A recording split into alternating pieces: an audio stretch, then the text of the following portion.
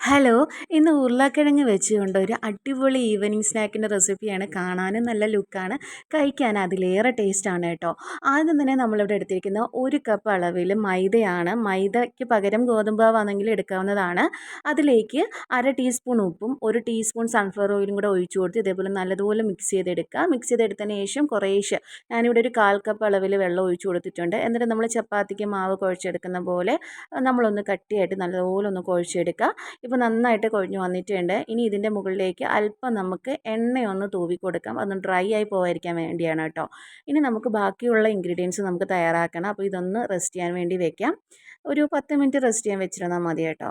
ഇനി വേണ്ടുന്നത് ഉരുളക്കിഴങ്ങാണ്. ഞാൻ ഉപ്പിടാതെ വേവിച്ചതാണ് കേട്ടോ. നല്ലതുപോലെ മാഷ് ചെയ്തെടുക്കുക. അതിലേക്ക് ഒരു വലിയ ടേബിൾ സ്പൂൺ മല്ലിയിലയാണ് ചെറുതായിട്ട് അരിഞ്ഞത്. മല്ലിയില ടേസ്റ്റ് ഇഷ്ടമില്ലെങ്കിൽ കറിവേപ്പില ഇട്ട് കൊടുക്കാം. പിന്നെ ഒരു പച്ചമുളക് ചെറുതായിട്ട് കനം കുറഞ്ഞ് അരിഞ്ഞതാണ് കേട്ടോ. പിന്നെ പൊടികൾ അടുത്തതായിട്ട് നമുക്ക് ചേർത്ത് കൊടുക്കേണ്ടത് 1/2 ടീസ്പൂൺ മുളക് പൊടി, 1/2 ടീസ്പൂൺ മല്ലിപ്പൊടി, 1/2 teaspoon chicken masala. Chicken masala ഇഷ്ടമില്ലെങ്കിൽ ഗരം മസാല ചേർക്കാവുന്നതാണ്. 1/4 ടീസ്പൂൺ മഞ്ഞൾപ്പൊടി, പിന്നെ 1/2 ടീസ്പൂൺ ഉപ്പും കൂടെ ചേർത്ത് കൊടുക്കുക കേട്ടോ. നമ്മൾ ഉപ്പിട്ടല്ലല്ലോ വേവിച്ചേക്കുന്നത്. പിന്നീട് ചേർത്ത് കൊടുക്കുന്നത് 3 വലിയ ടേബിൾ സ്പൂൺ കോൺഫ്ലോർ ആണ്. അതെല്ലാം കൂടെ നമുക്കൊന്ന് മിക്സ് ചെയ്തെടുക്കാം. മിക്സ് ചെയ്തെടുത്തതിന് ശേഷം അതൊന്ന് മാറ്റി വയ്ക്കാം. ഇനി വേണ്ടുന്നത് നമ്മൾ ഓരോ ബോൾസായിട്ട് ഉരുട്ടിയെടുക്കുക. നമ്മൾ ചപ്പാത്തിക്ക് പരത്തുന്നത് പോലെ ആ ഒരു തിക്നെസ്സിൽ പരത്തിയെടുക്കുക. ഒരുപാട് തിന്നായി പോകണ്ട കേട്ടോ. കറക്റ്റ് ആ ഒരു ചപ്പാത്തിയുടെ പരുവം, ആ ഒരു പരുവത്തിൽ നമുക്കൊന്ന് പരത്തിയെടുക്കാം. ഇപ്പോൾ നല്ലതുപോലെ പരത്തിയെടുത്തിട്ടുണ്ട്. ഇനി ഇതിൻ്റെ ഹാഫ് പോർഷൻ നമ്മൾ നേരത്തെ ഫില്ല് ചെയ്ത് വെച്ചിരിക്കുന്ന പൊട്ടറ്റോ മിക്സ് ഉണ്ടല്ലോ, അത് നമുക്ക് ഇതേപോലെ നല്ലതുപോലെ ഹാഫായിട്ട് എല്ലായിടത്തും ഈവനായിട്ട് കിട്ടത്തക്ക രീതിയിൽ ഇതേപോലെ ആക്കി കൊടുക്കുക. എന്നിട്ട് നേരെ പകുതി പോർഷൻ എടുത്ത് ഇതേപോലെ നമുക്കൊന്ന് മടക്കി വയ്ക്കാം.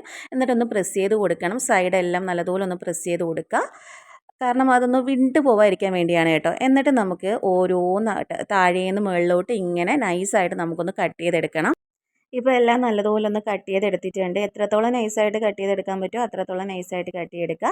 ഇനി നമുക്ക് വേണ്ടത് ഒരു പപ്പടം കുത്തിയാണ്. അതിങ്ങനെ എടുക്കുക. അതില്ലെങ്കിൽ ഇറുക്കിലായാലും മതി കേട്ടോ. എന്നിട്ട് ഇതേപോലെ ക്രോസ് ആയിട്ട് ഇങ്ങനെ നമ്മളിങ്ങനെ അങ്ങോട്ട് ആക്കി കൊടുത്താൽ മാത്രം മതി. നമ്മുടെ ആ ഒരു തമ്മിലിൽ കണ്ട ആ ഒരു ഷേപ്പ് നമുക്ക് കറക്റ്റായിട്ട് കിട്ടും. അപ്പോൾ ചിലത് ഇങ്ങനെ വിട്ടു പോകും. അപ്പോൾ നമ്മൾ കൈ കൊണ്ട് ജസ്റ്റ് ഒന്ന് പ്രസ് ചെയ്ത് കൊടുത്താൽ അവിടെ സേഫായിട്ട് സെക്യൂറായിട്ട് അവിടെ ഇരുന്നോളും. ഇനി നമ്മൾ ഇത് കൈ കൊണ്ട് മുകളിലേക്ക് പൊക്കിയെടുക്കുക. പൊക്കിയെടുത്തതിന് ശേഷം ആ പപ്പടം കുത്തി നമ്മൾ ജസ്റ്റ് ഒന്ന് വലിച്ചാൽ മാത്രം മതി. ഒട്ടും ബലമൊന്നും പിടിക്കേണ്ട. പിന്നെ മുകളിൽ ഇങ്ങനെ ഒന്ന് വിട്ട് വരുന്ന സമയത്ത് നമ്മൾ കൈ കൊണ്ട് ഇതേപോലെ ഒന്ന് പ്രസ് ചെയ്ത് കൊടുക്കുക. ഇനിയാണ് ഏറ്റവും ദുഃഖിപ്പിക്കുന്ന കാര്യം, ഇത് എണ്ണയിലേക്ക് ഇടുന്ന വീഡിയോ മിസ്സായിപ്പോയി.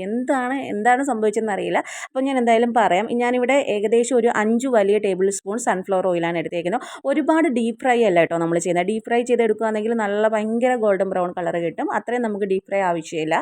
അതിലേക്ക് എണ്ണ നല്ലതുപോലെ ചൂടായ സമയത്ത് നമ്മൾ മീഡിയം ഫ്ലെയിമിൽ വെച്ച് കൊടുക്കുക.